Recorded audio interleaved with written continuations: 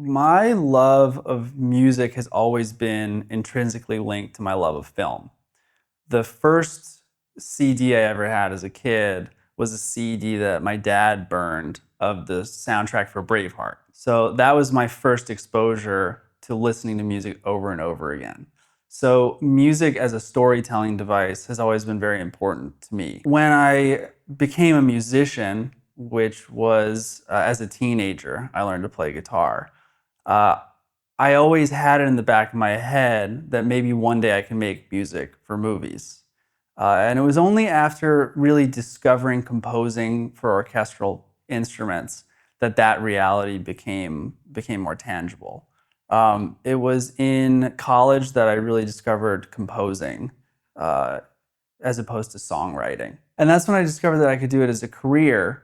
So once I got my technical chops together, I decided to move to Los Angeles and try to make it work as a film composer. My first job out here was working for Trevor Morris. It was a really exciting opportunity for me to be able to work with him and learn from him directly. The path for a composer, I often tell people somewhat in jest, is not that dissimilar from being a blacksmith in the olden days. It's very much a master-apprentice relationship. You sit with the composer, you learn their process, you learn their workflow, and just through the hours and hours of accumulation, you sort of become to embody them in a sense. And then one day when you're ready, then you move on to score your own projects. And that was my relationship with Trevor. I worked with him for a year and a half, and it was while I was working for him that I first participated in the original Castlevania series on Netflix. He scored the all 4 seasons of that show, and I worked with him as an additional composer and as a score producer on that series.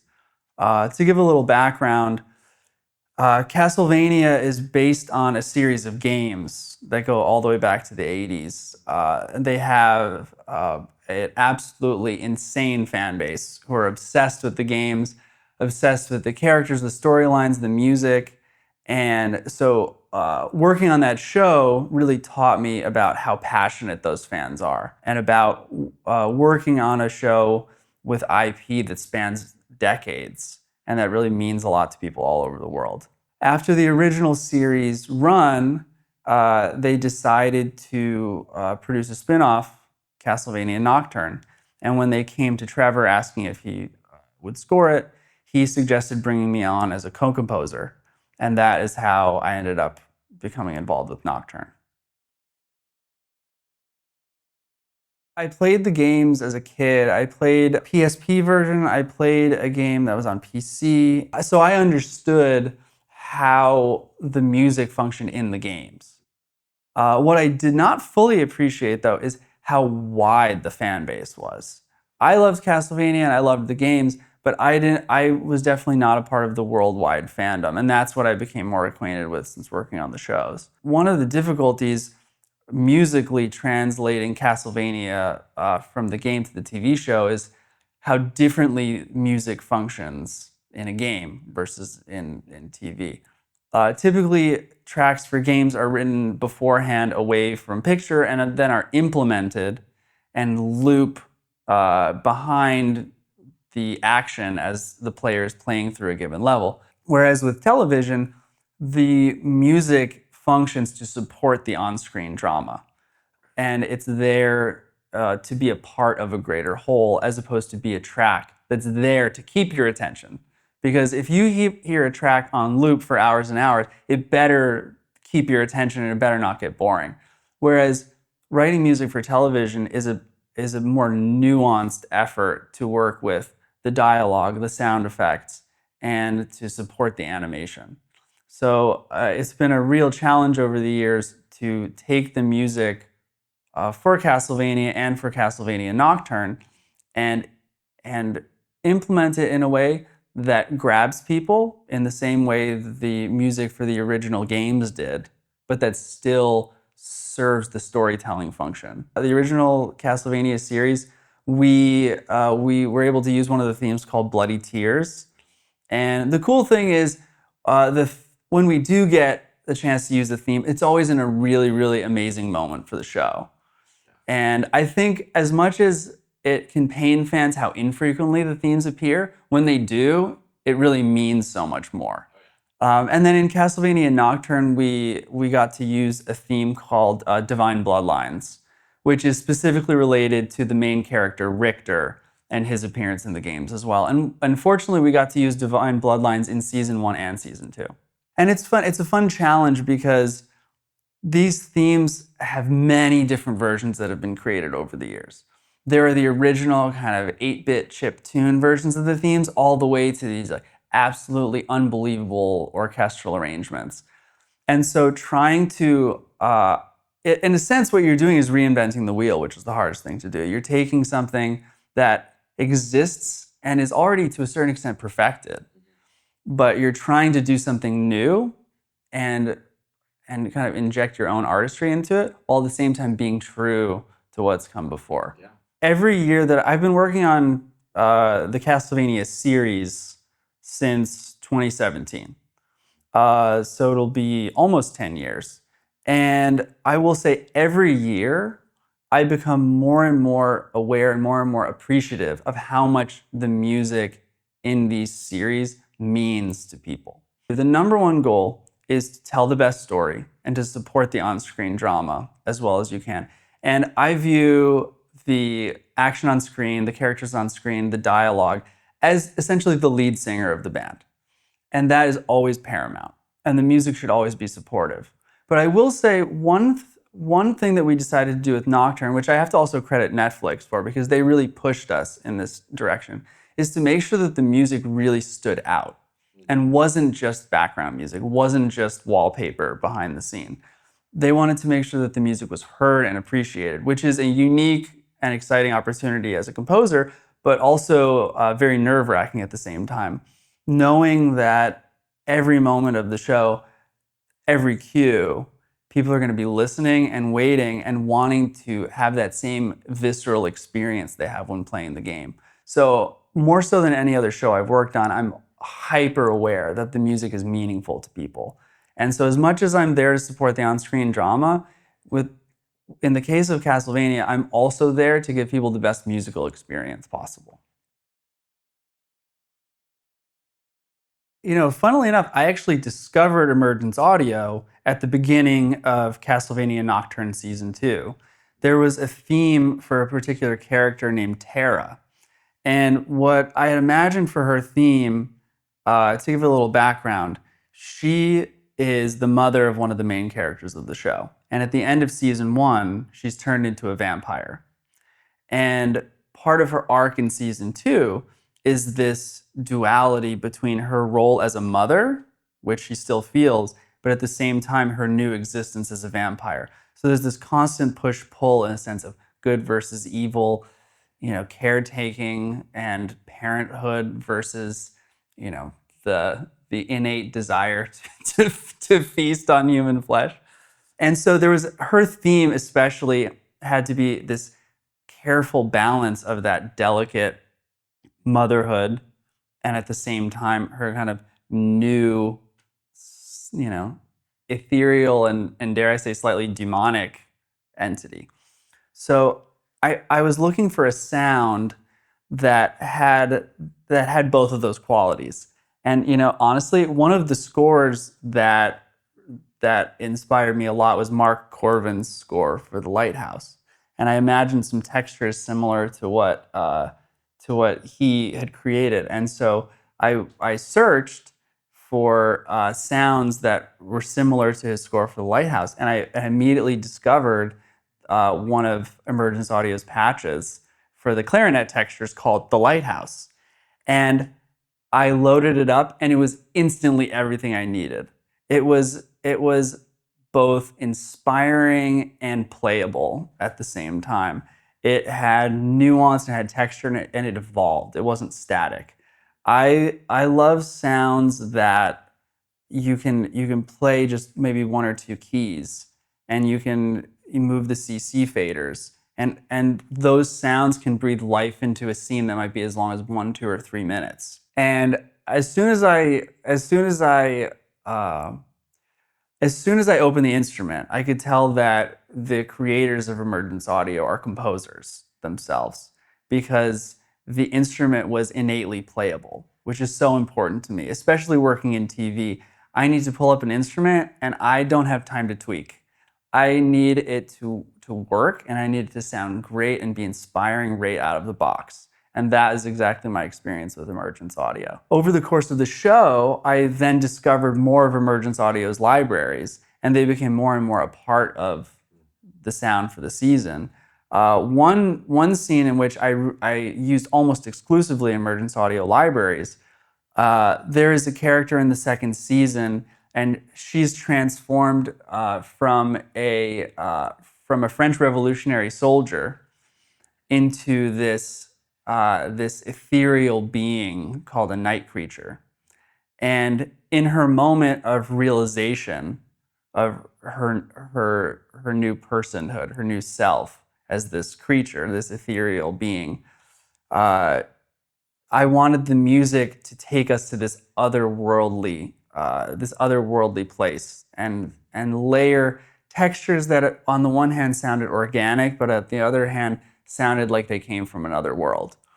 And I loaded up basically every Emergence Audio library that I had, and the result is this swirling mix of melodies and textures and drones and soundscapes that completely breathe new life into the scene.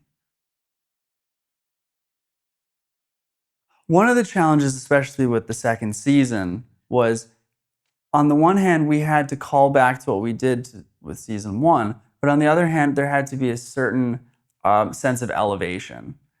And we couldn't just repeat exactly what we did. We had to do it in such a way that it would feel new and feel fresh, because we meet new characters, and we also meet new iterations of old characters. So one of the great things about Emergence Audio's libraries is they were a new sound for me for season two. They were a very fresh and very novel take. On the one hand, I could use them to write entirely new cues, and on the other, I could take a cue that may have existed in season one, and I could add in an Emergence Audio library almost as a sort of ear candy to make it feel like, oh, this is familiar, but there's this new element, whether it's the viola textures or the soprano textures or the clarinet textures, something to kind of grab the ear and tell us that we're in a new place. We're familiar with this character, we know who they are, but they've evolved in a way. It's especially important in the case of Nocturne, because one of the important sounds for the show are our soloists. We work with amazing vocalists, woodwind players, string players, to breathe life into the score and make it feel organic and not purely created by a computer. Honestly, even just having one or two live players on a score can really change the sonic texture from being purely sample-based to feeling like a real piece of music. And honestly, essentially everything that I've ever worked on in my career has been some blending of samples with live instruments. I always try to have a live instrument in my score, even if I'm playing it myself. So I've developed several tricks. I would say it's mostly about, the samples sound great, especially Emergence Audio. You play them, you don't really need additional processing and plugins. They're going to sound great on their own. The key is making the instrument, the live instrument, fit in with the sampled texture. So what I tend to do is I tend to lay down the samples first, and then I have essentially the texture in my head of what the piece needs to sound like. And then what it's about is then including the live instrument in such a way that it feels like a part of the whole. So the processing is going to be different for every cue. But for example, a cue that might be more ethereal with a lot of pads and drones and textures, I'm going to use longer delays and reverbs and more EQ and compression to make the instrument sit almost beneath the sampled textures and just poke out where they need to. In the case of several cues on Nocturne, what I did was, for instance, if I had a live violin, what I would do is I would blend the live violin with the Emergence audio, either viola textures or violin textures.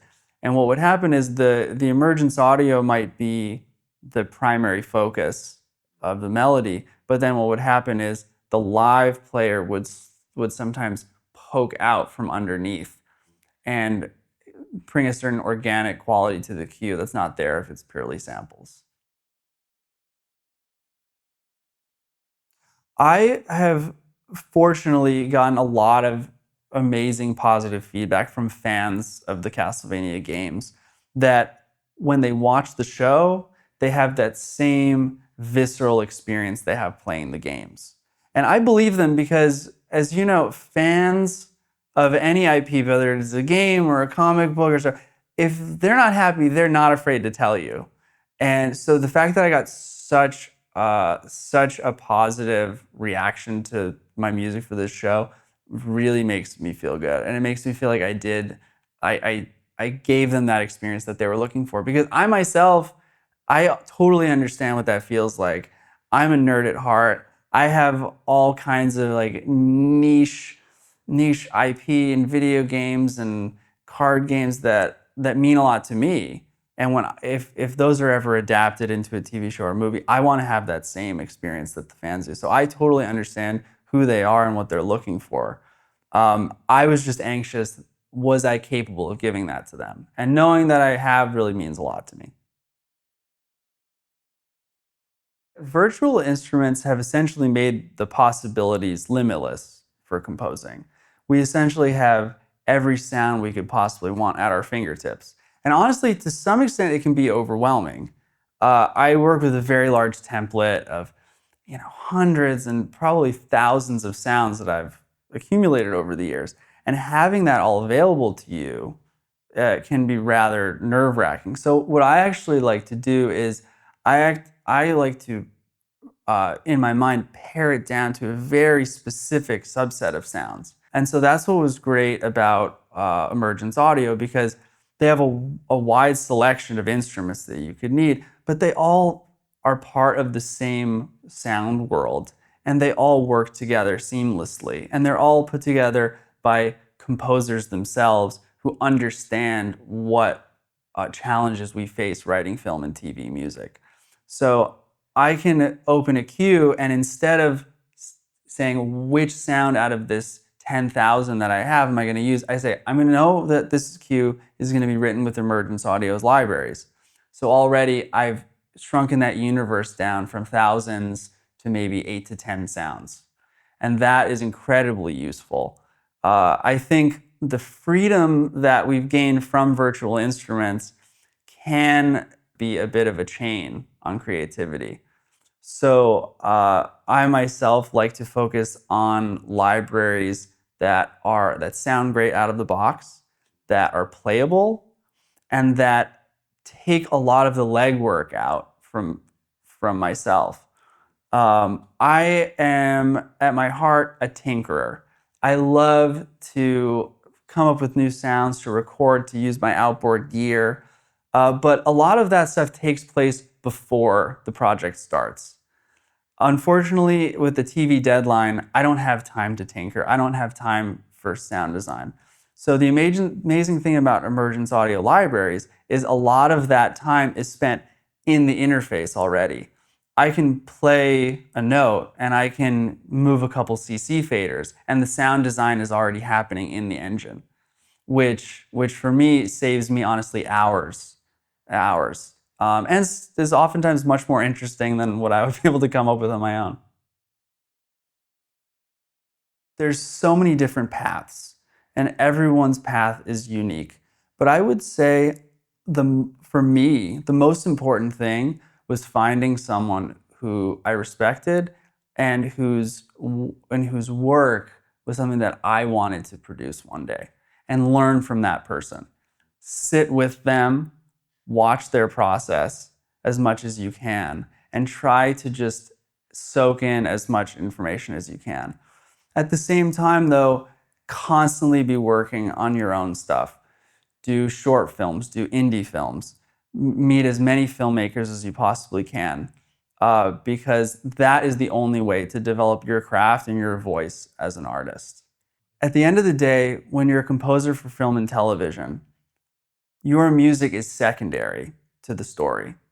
A film or a television series or a video game is a collaborative effort of hundreds, often thousands of people who are lending their talents to create a finished product. And as much as we love music and we want the music to be the best it can possibly be, at the end of the day, the on-screen drama and the story we're telling is the most important thing. So learning to sometimes step back and be willing to be a part of a greater whole is something that you learn as you go, but is very important for a young composer to understand. I'm currently in the middle of working with McCreary and his team at Sparks and Shadows on the 3rd season of the score for Foundation for Apple TV. And in the meantime, we're waiting to see if we get a 3rd season of Castlevaina Nocturne. So fingers crossed on that. The good news is we will be having a soundtrack album for season 2, and that'll be coming out at the end of February. So you guys can all hear Emergence audio libraries in action. My website is www.treytoy.com, and you can feel free to go there if you want to check out any of my music. So what we have here is a cue from season 2 of Castlevaina Nocturne. And as you can see, this cue made a rather extensive use of Emergence audio libraries. For some context, what's happening here is there is a character who was once a captain and a French revolutionary. And through the process, as occurs quite often in this show, through being killed by a vampire and her horde of night creatures, she was ultimately transformed into a night creature herself. Except, unlike some of the more demonic manifestations of the night creatures, she becomes this very beautiful glass-like ethereal being. And I wanted this scene where she comes to terms with her new identity to be a real sonic departure from what we've heard previously in the score. And what I wanted was this kind of soup of ambient instruments and this kind of ambient padscape to almost envelop the listener and to kind of be a sonic reflection of her new identity as this ethereal being. And what you'll notice is there's not necessarily a lot going on with respect to the pitch material or the harmonic material. So much of the storytelling is being done by the patches themselves and the way that there's this subtle movement. And you only have to play 1 or 2 notes for you to get that really subtle sonic storytelling. And the great thing about the Emergence audio libraries is so much of that is actually happening under the hood in the Contact engine itself. So what we should do is play through the cue once with dialogue so you can see how the cue is functioning in context. And while I do that, I'll also pull up some of these libraries so you can see how the engine is functioning and how so much of the sonic manipulation is really being done for me. So let's start from here. We'll have a little transition from our main heroes into this scene with the night creatures. Hey, thank you.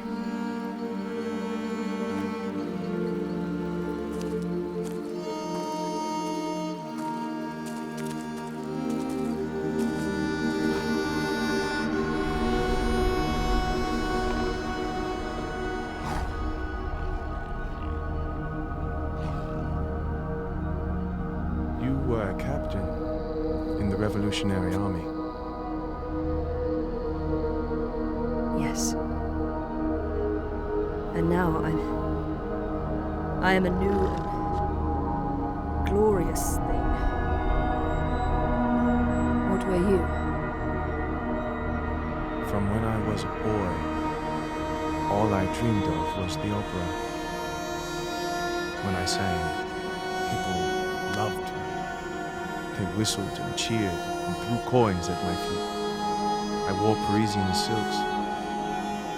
I drank champagne. But the world is dark and cruel and filled with monsters.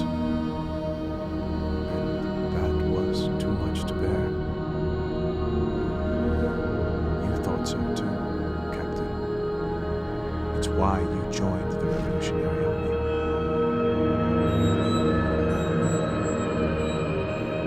Yes. To purge the world of monsters. But here we are.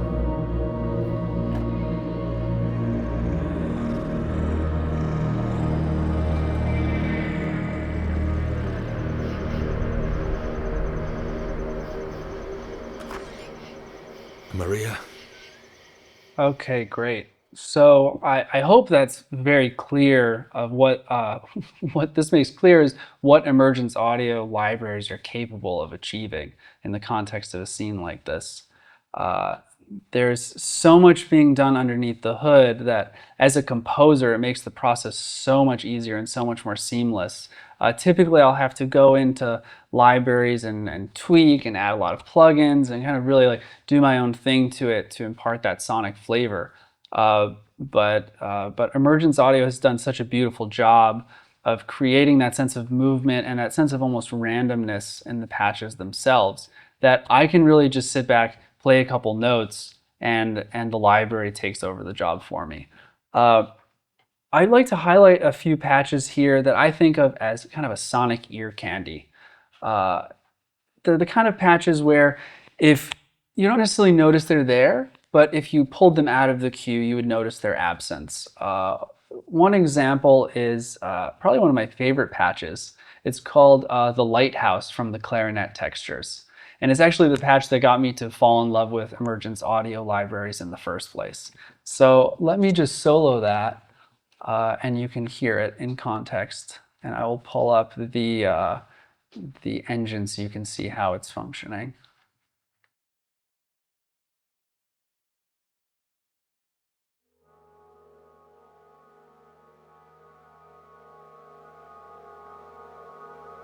I love those subtle atonal bends that are coming from the multiphonic side of the patch. And as you can see, in terms of pitch material, everything's very static. And there's really just a little bit of CC automation. But if you look in the engine, there's so much happening underneath the hood that the job of the sonic storytelling is being done in here, not in here. Another good example of ear candy is the infinite bird whistle, and I've used some patches here to highlight a particular storytelling moment when our character declaims the line that she's become a new glorious thing. And I thought that moment really encapsulated the spirit of the scene. And I actually ended up titling the cue New Glorious Thing. And this moment had to be really special. And so I layered in several Emergence audio libraries, like the Infinite Bird Whistle, along with the viola textures and the soprano textures, to give a certain weight to those words. So let me just play from here, and you can kind of see if you can kind of hear the sonic moment when that line is being declaimed.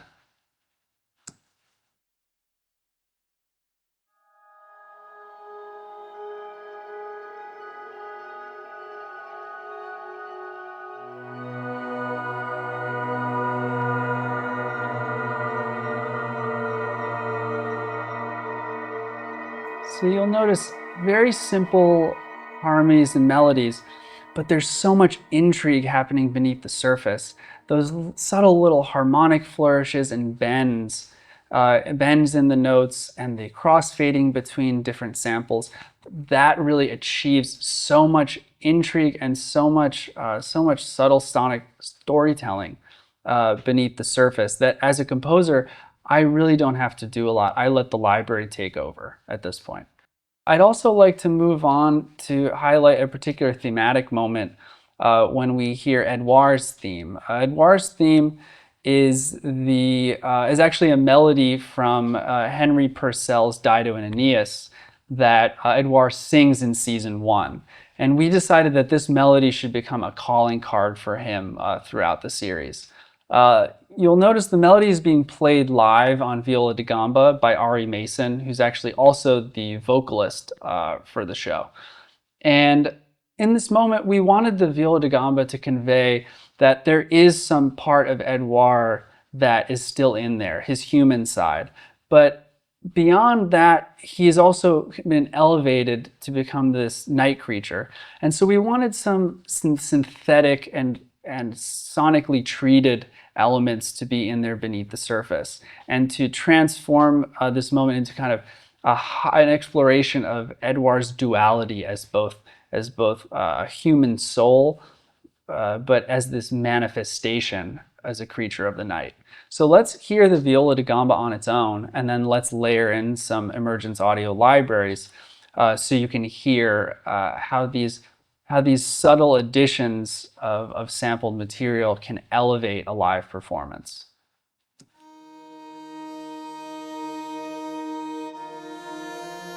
So this is the solo viola da gamba. Let's layer in the viola textures and the soprano textures. And suddenly this very traditional performance becomes something more otherworldly.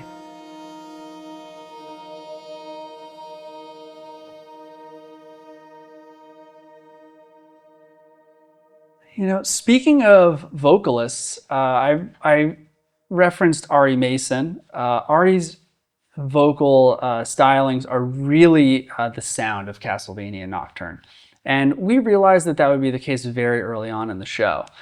And so what I wanted to use this scene is to utilize the shift from her live vocals into a more ethereal, almost synthetic vocal texture.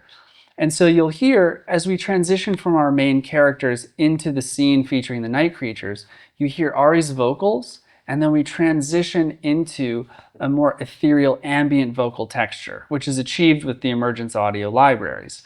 Now the beautiful thing here is what I would normally do is I would take live vocal audio and I would take a lot of time to treat it, to add plugins, to use different outboard gear or mixing techniques to go from the live feeling to the more synthetic feeling.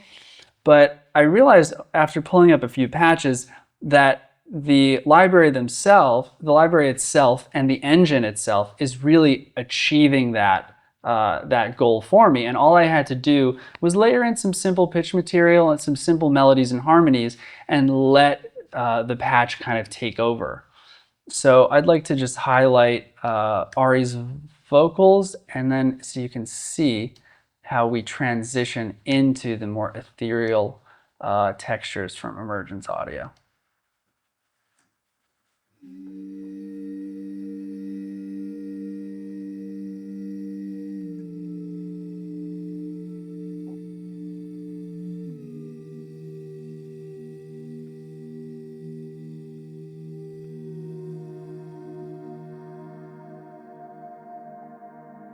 I love that moment where her very close mic, very delicate vocals hand off to the Emergence audio libraries.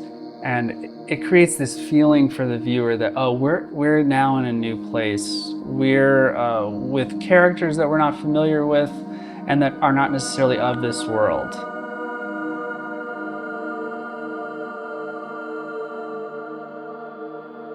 And there's just so much happening sonically here that's not being reflected in the pitch material. And you can see it, that so much is being done in the engine.